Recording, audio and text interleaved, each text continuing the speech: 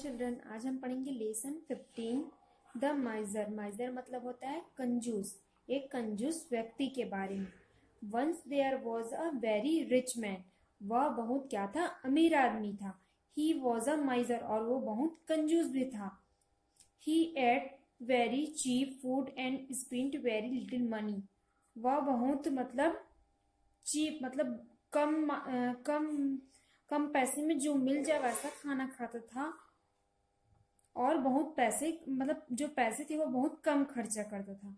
He lent money to small shopkeeper at the high interest, वह जो छोटे दुकानदार थे उन लोग को ब्याज पे पैसे देता था।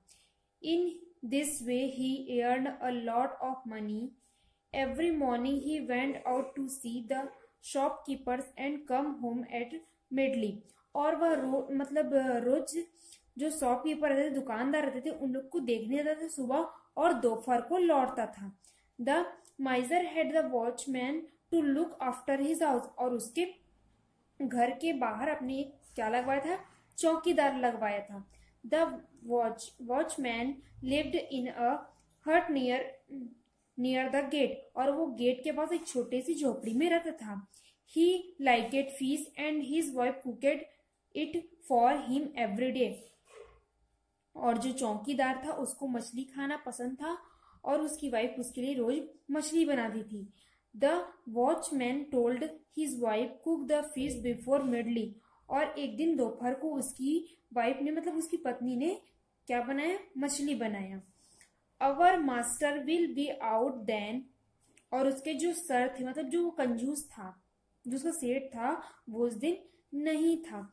ही डजंट ईट मीट और fish and he will not like the small of fish. उसने कहा, चौकीदार ने कहा कि मेरे जो सेठ है, जो कंजूस था, उसको क्या है, मछली पसंद नहीं है, इसलिए उसके आने के पहले तुम बना दो। One day the master came home early, और उस दिन वो क्या आ गए, जल्दी आ गए।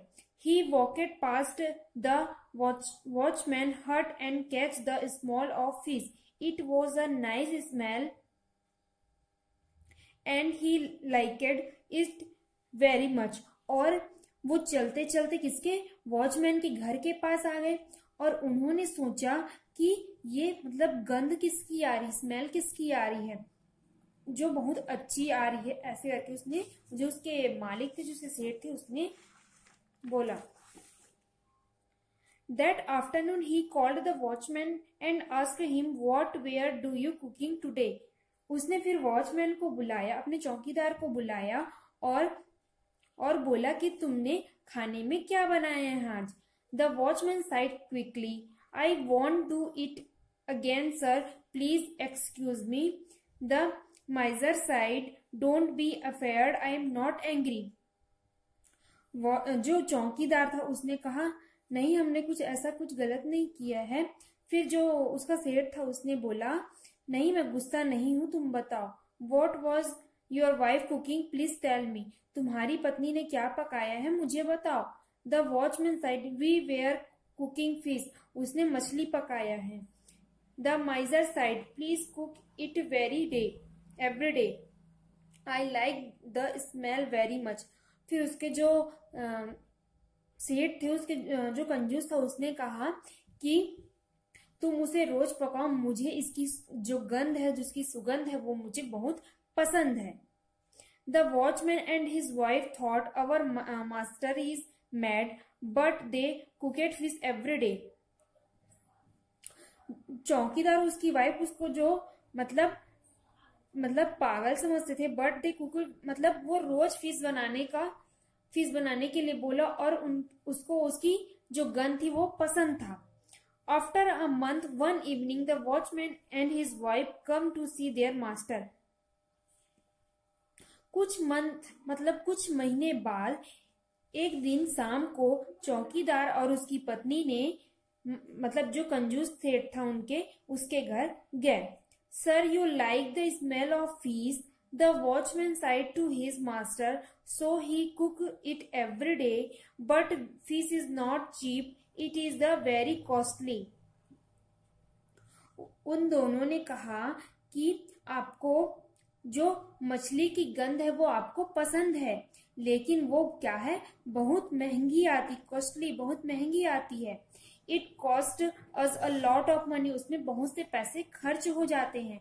I earn only 30 rupees a month, और मैं महीने के सिर्फ 30 रुपए कमाता हूँ। So please give me us money for the fish, मुझे मछली खरीदने के लिए कुछ पैसे दे दीजिए।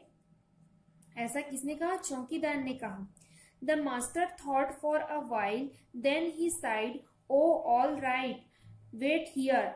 फिर उसके जो सेठ थे उसने कहा, ओके, आप यहाँ पे रहिए, वेट हियर मतलब रुकिए। He went into the room and shut the door behind him, और वो एक कमरे में गए और उसके पीछे के दरवाजे को बंद कर दिया। He took out some silver coins from a bag, और सिल्वर कॉइन्स मतलब जो चांदी के सिक्के थे उसको डाले। He dropped them one day, one on the floor, और वो एक एक करके सिक्के को किसमें गिराने लगे, फर्श पर गिराने लगे। The watchman and his wife heard the tinkle of the coins and were very happy. They said, he is going to give us all that money. और जो मतलब उसकी जो वाइफ, चौकीदार और उसकी वाइफ बाहर में रहते हैं, तो वे दोनों चांदी के सिक्के के गिरने की आवाज सुनते हैं, फर्श पे गिरने की आवाज सुनते हैं, और वे बहुत खुश हो जाते हैं। He is going to give us all that money, वो सोचते हैं कि ये सब जो पैसे हैं वो हमें देंगे। आगे देखते हैं। After some time there master come out and sat down on a chair. He then asked the watchman and his wife. और कुछ समय बाद उसके मास्टर जो हैं वो आते हैं और कुर्सी पे बैठते हैं, और उसकी चौकीदार और उसकी वाइफ की तरफ देखते हैं। Did you hear the tinkle of the coins? तो उसके जो सेठ रहते हैं वो बोलते हैं कि आपने सिक्के के गिरने की आवाज सुनी? तो वे बोलते हैं, yes sir, we did said the watchman, हाँ हमने उसकी आवाज सुनी। डिड यू एंजॉय इट, क्या तुमने इसका मजा लिया? आस्क द माइजर, ऐसे जो उसके सेठ थे उसने कहा, क्या तुमने उसका आनंद लिया, ऐसा किसने पूछा? उसके जो सर थे, उसके जो सेठ थे उसने पूछा। तो yes sir side the watchman and his wife, उस वॉचमैन जो उसके चौकीदार थे और उसकी पत्नी ने कहा, हाँ हमने आनंद लिया। The miser then said, alright, I enjoyed the smell of your fish and you enjoyed the sound of my coins. फिर जो उसके सेठ थे उसने कहा कि जिस प्रकार मैं तुम्हारे जो फिश थी, मछली थी, उसकी गंध था, उसी प्रकार तुमने भी मेरे जो सिक्के थे उसके जो गिरने की आवाज थी उससे तुमने आनंद लिया। I don't ask for your fish, और मैं तुम्हारे से तुम्हारी मछली को नहीं मांगता खाने के लिए। So you don't ask me for money, now go away, और इसी प्रकार तुम मेरे से भी पैसे नहीं मांगो और तुम अब जाओ, ऐसे उसके सेठ ने कहा। ये था आपका कहानी। अब हम देखते हैं न्यू वर्ड्स। न्यू वर्ड्स में दिया आपका फर्स्ट कॉइन। कॉइन में से होता है सिक्का, या फिर हम लिख सकते हैं मुद्रा। मीट, मीट मतलब होता है आहार। माइडली, माइडली मतलब होता है दोपहर। मिडली मतलब होता है दोपहर। टिंकल, टिंकल मतलब होता है झनकार। वाइल, वाइल मतलब होता है समय। लैंड, लैंड मतलब होता है देना। एक्सक्यूज मतलब क्षमा।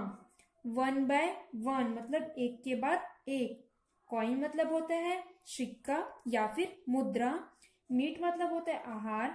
मिडली मतलब होता है दोपहर। टिंकल मतलब होता है झनकार। वाइल मतलब होता है समय। लैंड मतलब होता है देना।